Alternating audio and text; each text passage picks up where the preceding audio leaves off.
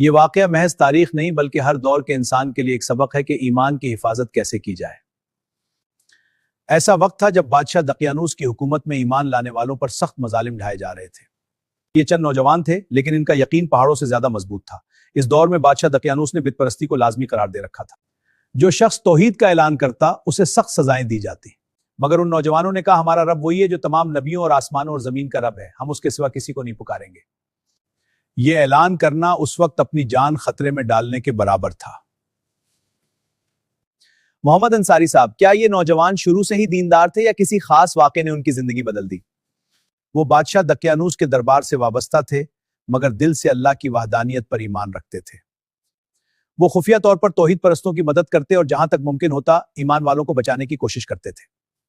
لیکن ایک دن انہوں نے فیصلہ کیا کہ اب سچ کو چھپایا نہیں جا سکتا۔ ہمارا رب آسمانوں اور زمین کا رب ہے، ہم اس کے سوا کسی کو نہیں پکاریں گے۔ چونکہ وہ اعلیٰ عہدوں پر فائز تھے اس لیے انہیں فوراً قتل نہیں کیا گیا بلکہ قید کر دیا گیا۔ لیکن اللہ کی تدبیر سب سے بڑی ہے، ان کے حامیوں نے رات کی تاریکی میں انہیں قید خانے سے آزاد کروا دیا۔ یہ نوجوان شہر سے نکل کر ایک گاؤں کی طرف روانہ ہوئے جہاں ان کا ایک مخلص دوست چرواہا رہتا تھا۔ چرواہے نے ان کا بھرپور استقبال کیا، انہیں کھانا کھلایا اور مشورہ دیا شہر واپس جانا خطرناک ہے، پہاڑ کے اوپر ایک غار ہے، وہاں کچھ عرصہ کے لیے پناہ لے لیں۔ جب وہ پہاڑ کی طرف روانہ ہوئے تو چرواہے کا وفادار کتا بھی ان کے ساتھ چل پڑا۔ ادھر جب صبح بادشاہ کو خبر ملی تو اس نے پوری فوج کو ان کی تلاش میں بھیج دیا۔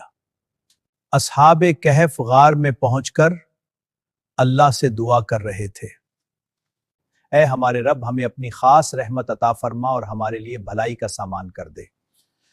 دعا کے بعد ان پر نیند طاری ہو گئی، ایسی نیند جو صدیوں پر مبنی تھی۔ اللہ کے حکم سے غار کے دہانے پر مکڑی نے جالا اور کبوتروں نے انڈے دے دیے، یوں لگتا تھا جیسے صدیوں